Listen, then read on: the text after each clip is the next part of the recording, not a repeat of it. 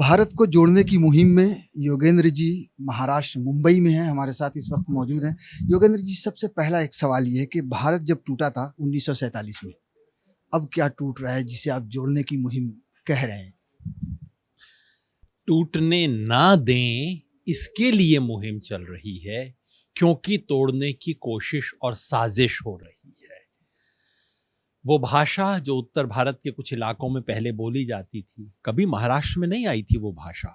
कटेंगे बटेंगे, ये भाषा अब महाराष्ट्र में लाई जा रही है। जो इस देश को जाति धर्म के नाम पर हर जगह तोड़ने की कोशिश कोई छोटे लोग नहीं कर रहे हैं, कोई बाहर के लोग नहीं कर रहे हैं, सत्ता के शीर्ष पे बैठे हुए लोग ये कोशिश कर रहे हैं। आप बताइए, अगर कोई किसी हमारे घर में कोई आए और दो बच्चों में आपस में झगड़ा करवाए, तो घर की माँ क्या कहेगी उसे? कि बच्चों से बोलेगी इस आदमी से बात नहीं करना। अगले दिन दोबारा आए, फिर हमारे बच्चों में झगड़ा करवाए, तो माँ क्या करेगी? कान पकड़ के घर से बाहर निकाल देगी, कहेगी आगे से मेरे घर में कभी मत आना।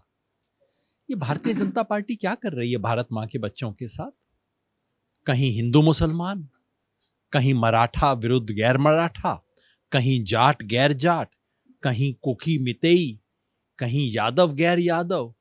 ये क्या काम चला रखा है? सारे देश में आग लगा के चुनाव की रोटी सेकना, इससे बड़ी गद्दारी हो नहीं सकती।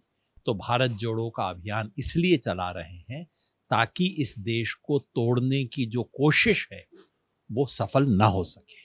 कि अभियान का कितना फायदा हो रहा है, क्या हो रहा है, हम आगे बात करेंगे। उससे पहले आप मुंबई की अनुशक्ति नगर विधानसभा सीट पे आप आए हैं फहद अहमद को सपोर्ट करने के लिए। हम कहें कि यहाँ से शुरुआत हो रही है महाराष्ट्र चुनाव में आप लोगों की एंट्री की, आपके काफिले की एंट्री की। मेरी व्यक्तिगत इस इलाके में शुरुआत जरूर हो रही है। भारत जोड़ो अभियान तो 2 महीने से काम कर रहा है। हम तो लोकसभा चुनाव में भी काम थे, इस विधानसभा का चुनाव का काम 2 महीने से शुरू हो चुका है। अनुशक्ति नगर में भी हमारी टीम कई हफ्तों से काम कर रही है। मुझे भारत जोड़ो अभियान का राष्ट्रीय एक प्रतिनिधि होने के नाते जिम्मेवारी दी गई है यहाँ आने की, तो उसकी शुरुआत हमने अनुशक्ति नगर से की है। और उसकी विशेष वजह है, विशेष वजह ये है कि अनुशक्ति नगर का चुनाव एक तरह से प्रतीक हो गया है अवसरवादिता और गद्दारी की राजनीति बनाम जमीन से जुड़ी हुई जन आंदोलनों की राजनीति। यहाँ के एमएलए साहब रहे, मिनिस्टर रहे, खुद नहीं लड़ रहे हैं, बेटी को लड़वा रहे हैं।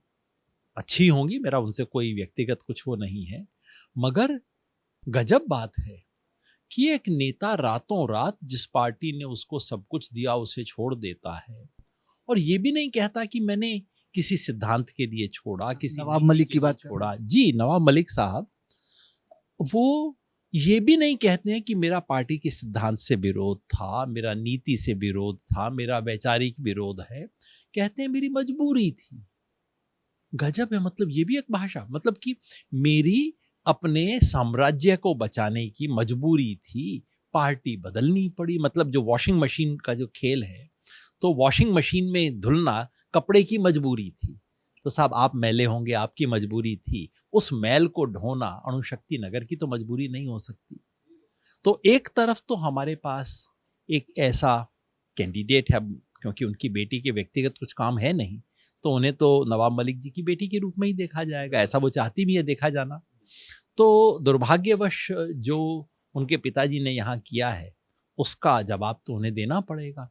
तो एक तरफ तो नवाब मलिक जी का खानदान है, और दूसरी तरफ फहद भाई हैं, युवा हैं, ऊर्जावान हैं, विचारवान हैं। और ये सब मैं यहाँ आके नहीं बोल रहा हूँ, मैं पहले से जानता हूँ। फहद को आज से मैं जान नहीं रहा हूँ, कई वर्षों से जान रहा हूँ।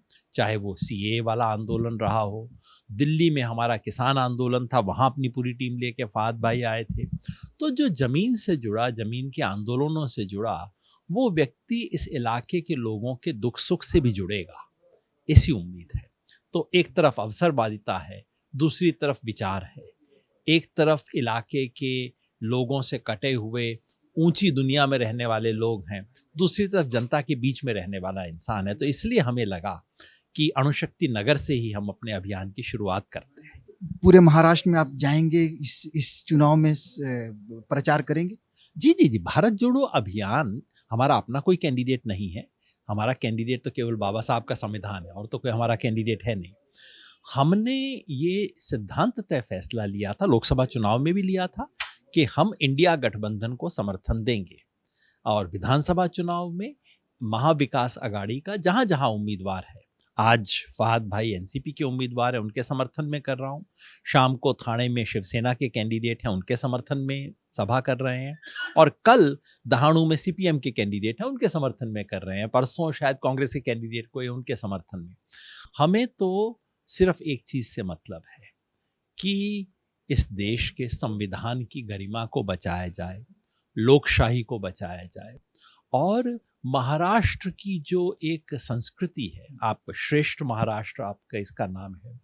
मैं जब उत्तर भारत से महाराष्ट्र पहली बार आता था 30 साल पहले, तब आना शुरू किया था, तो हम सब के लिए महाराष्ट्र एक श्रेष्ठता का प्रतीक था। यहाँ के नेता दूसरे इलाकों के नेताओं से थोड़ा ज्यादा समझदार, थोड़ा दूरदृष्टि रखने वाले होते थे।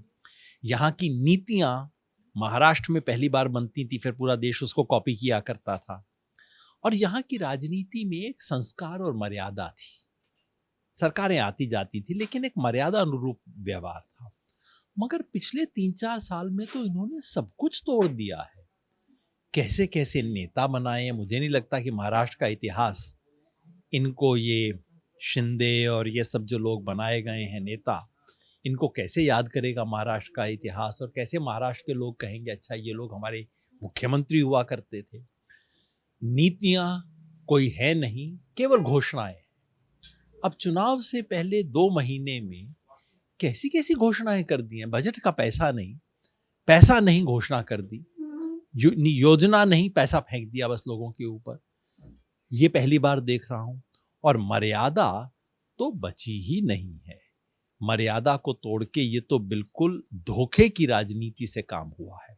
इसलिए मैं समझता हूं कि बेहद जरूरी है कि महाराष्ट्र में हम एक नई शुरुआत कर सकें, एक नया संदेश दे सकें। तो सर, आपको लगता है कि आपकी जो मुहिम है उसका कहीं फायदा हो रहा है? क्योंकि राहुल जी ने भी भारत जोड़ो यात्रा निकाली, आपकी भी भारत जोड़ो अभियान है, कुछ फायदा हो रहा है? देखिए, लोकसभा में तो नजर आया हमें कहीं ना कहीं, लेकिन हरियाणा के चुनाव में बिल्कुल भी नजर नहीं आया। लोकसभा में जो हुआ बहुत बड़ा काम था, और मैं कहता हूं महाराष्ट्र को तो वंदना करनी चाहिए कि जिन 2-3 राज्यों ने इस देश में लोकतंत्र को बचा लिया, उसमें से महाराष्ट्र एक है। तो लेकिन काम अभी अधूरा है, और वो काम विधानसभा चुनाव में पूरा करना है। हरियाणा में हुआ ये कि बीजेपी को 0.5% वोट ज्यादा आया है। अब उस 0.5% के छोटे से पत्ते के सहारे ये सूरज को छुपाना चाहते हैं, है ना।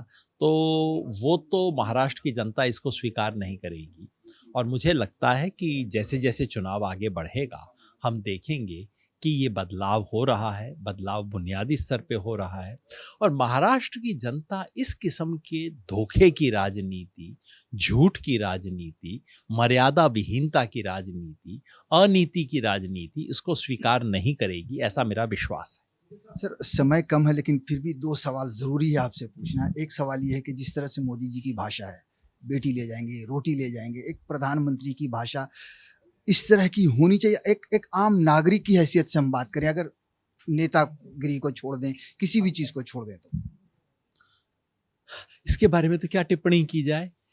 इस देश में अच्छे प्रधानमंत्री भी देखे, बुरे प्रधानमंत्री भी देखे, कमेरे देखे, निकम्मे देखे, ईमानदार देखे, बेईमान देखे, लेकिन ऐसा झूठा और ऐसा बदजुबान प्रधानमंत्री इस देश ने कभी नहीं देखा, जो इस किस्म की बात, घुसपैठिया।